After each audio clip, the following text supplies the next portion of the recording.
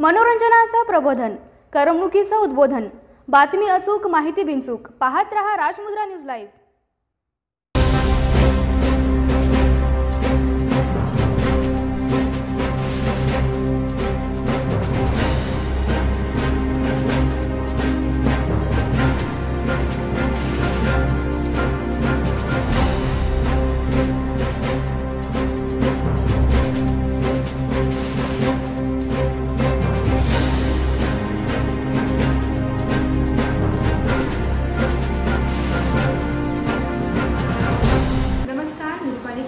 राजमुद्रा लाईव्हच्या शोधमुद्रा या विशेष सत्रात आपले स्वागत.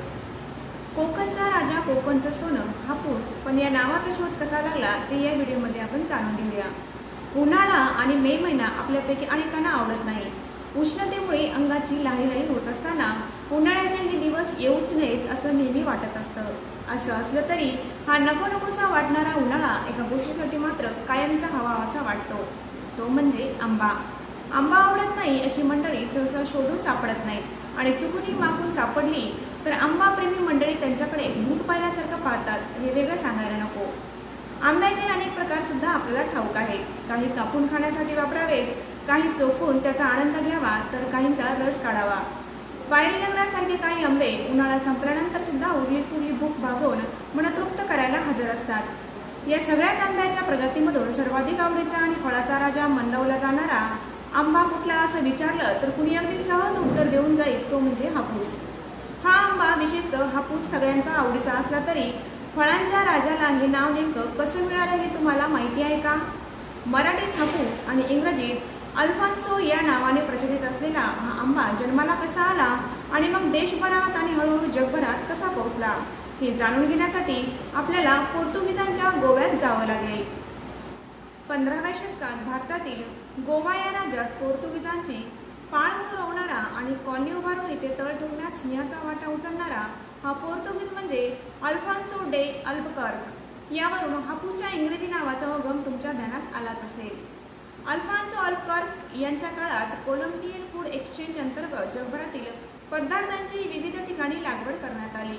टोमॅटो, लाल मिरची, मका असे निरनिराळे पदार्थ भारताबाहेरून भारतात आले, इथे रुळले आणि इथेच होऊन गेले. अल्बकर्क आणि आंब्याच्या विविध प्रजातीवर सुद्धा अशाच प्रकारे संशोधन केले.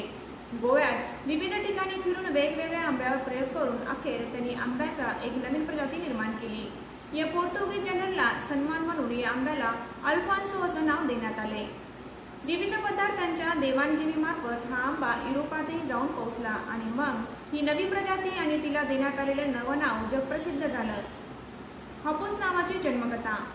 पोर्तुगीजांनी गोव्यात जन्म दिला, मात्र हा आंबा तेवढ्यापुरता सीमित राहिला नाही. हा आंबा जसा युरोपात पोहोचला तसाच तो तिथून पुढे सरकत सरकत महाराष्ट्र सुद्धा येऊन पोहोचला. हापूस गोव्यातून तो जसा महाराष्ट्र आणि गुजरातकडे आला तसाच तो थोड्या खालच्या बाजूला दक्षिणेत सुद्धा गेला. तिथेही त्याने आपली पाळमुळ रोवली. युरोपातही पोहोचलेल्या आणि तेथील लोकप्रिय ठरलेल्या हापूसला दक्षिणेची मोहीम फारशी कठीण गेली नसणार. आजही रत्नागिरी किंवा देवगड हापूस म्हटलं की आपल्या सगळ्यांच्या तोंडाला पाणी सुटतं. एप्रिलपासून हजेरी लावणारा हा हापूस त्यावेळी 4 पैसे जादा खर्च करून सुद्धा विकत घेण्याची तयारी अनेक जण दाखवतात. शेवटी हौसेला मोल नसतं. अशा या तुमच्या आमच्या लाडक्या हापूसच्या जन्माची आणि नावाची कथा तुम्हाला कशी वाटली ते आम्हाला कमेंट्समध्ये नक्की कळवा. अजूनही सीझन संपला नाहीये, त्यामुळे उरलेल्या दिवसामध्ये फळाच्या राजावर मनसोक्त ताव मारायलाही विसरू नका. पाहत राहा राजमुद्रा न्यूज लाईव्ह.